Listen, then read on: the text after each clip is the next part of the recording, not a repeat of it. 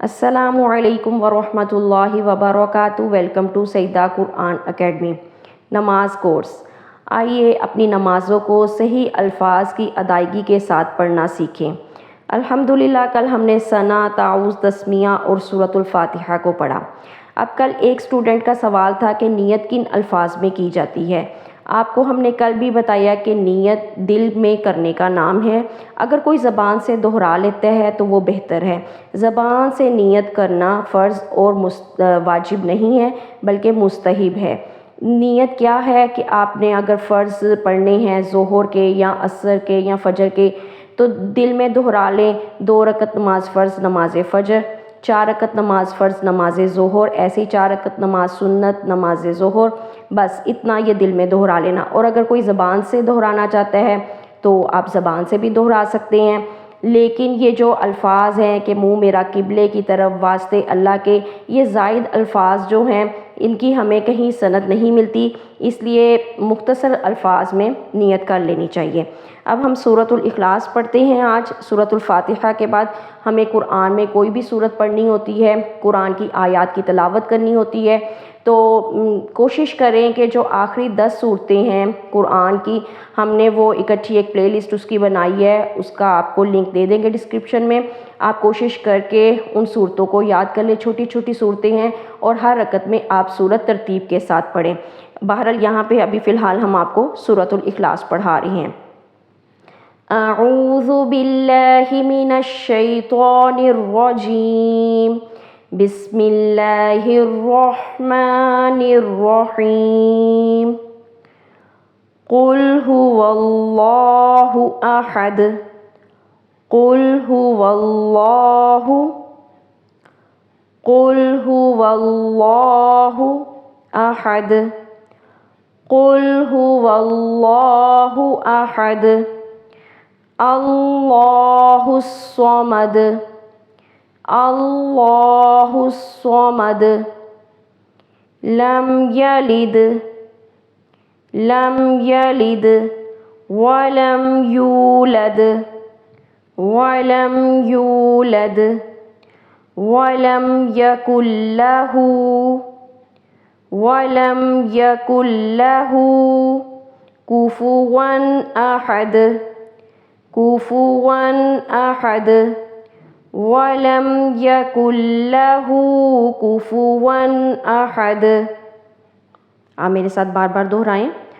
قُلْ هُوَ اللَّهُ أَحَدٌ، قُلْ هُوَ اللَّهُ أَحَدٌ، اللَّهُ الصَّمَدُ، اللَّهُ الصَّمَدُ، لَمْ يَلِدْ وَلَمْ يُولَدْ، لم یلد ولم یولد ولم یکن لہ کفوا احد، ولم یکن لہ کفوا احد۔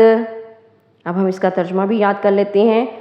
قل کہہ دیجئے، حضور پاک صلی اللہ علیہ وسلم کو مخاطب کر کے کہا جا رہا ہے، اے نبی کہہ دو، هو اللہ احد، وہ اللہ ایک ہے۔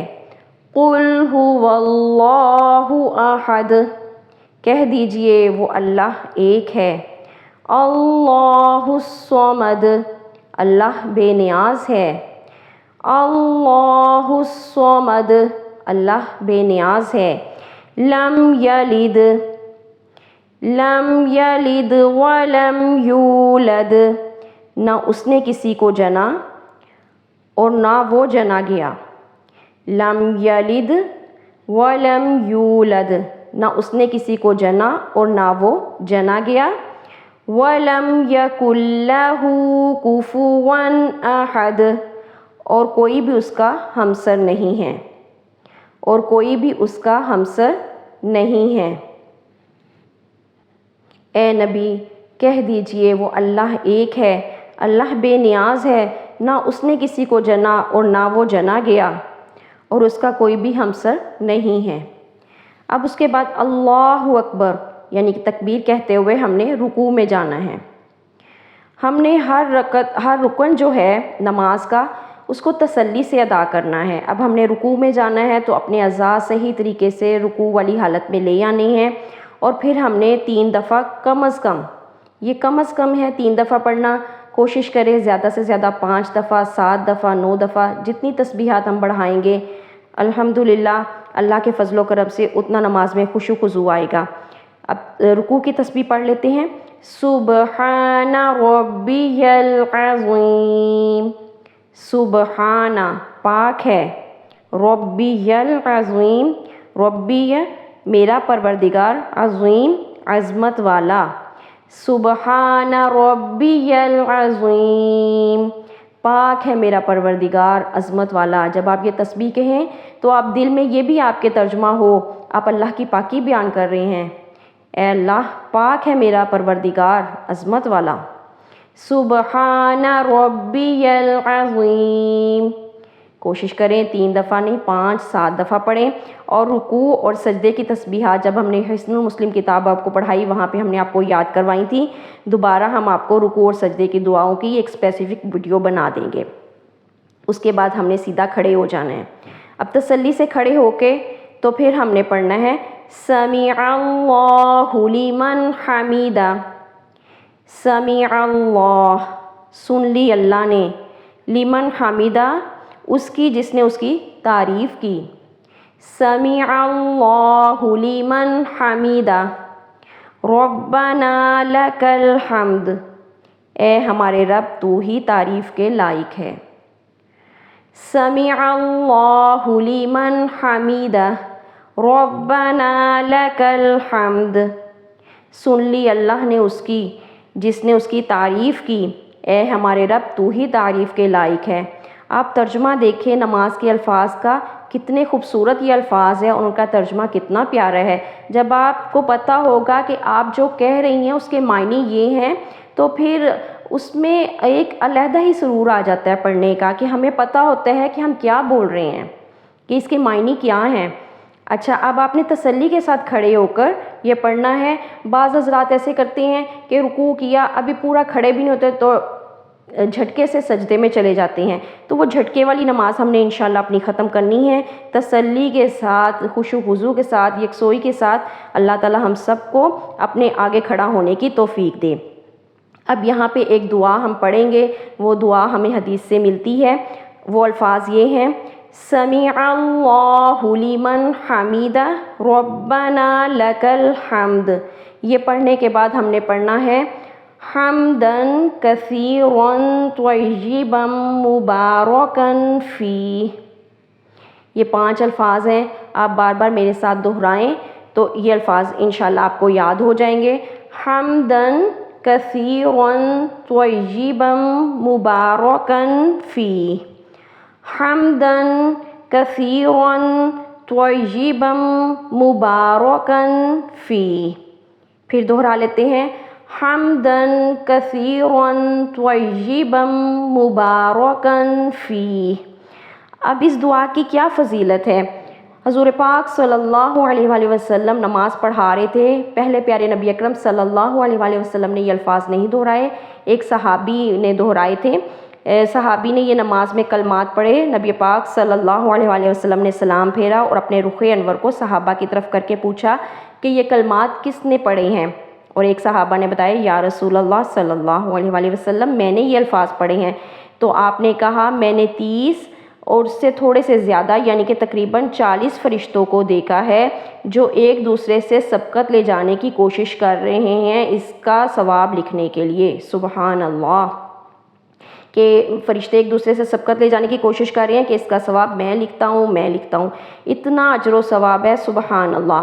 تو اس کے پڑھنے سے کیا ہوگا کہ ہم سیدھے کھڑے ہو کر ہم سمیع اللہ لمن حمیدہ ربنا لک الحمد تسلی سے کہہ کے پھر جب یہ ہم دعا یا کلمات پڑھیں گے تو پھر ہم سیدھے صحیح طریقے سے کھڑے ہو جائیں گے، پھر ہم سجدے میں جائیں گے۔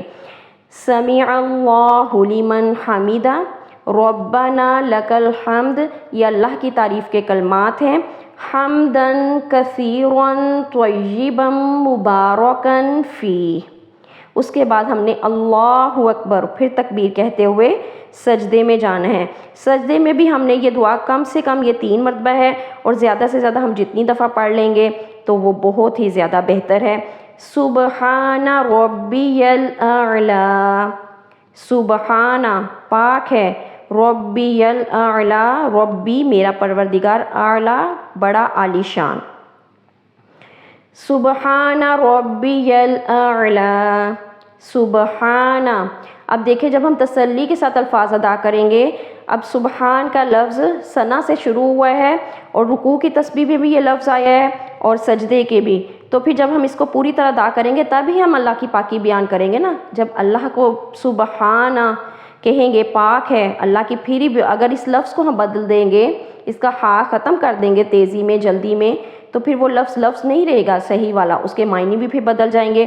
سبحان ربی الاعلیٰ، پاک ہے میرا پروردگار بڑا عالی شان والا، اور یہاں پہ پاک ہے میرا پروردگار عظمت والا، یہ رکوع کی تسبیح اور یہ سجدے کی تسبیح۔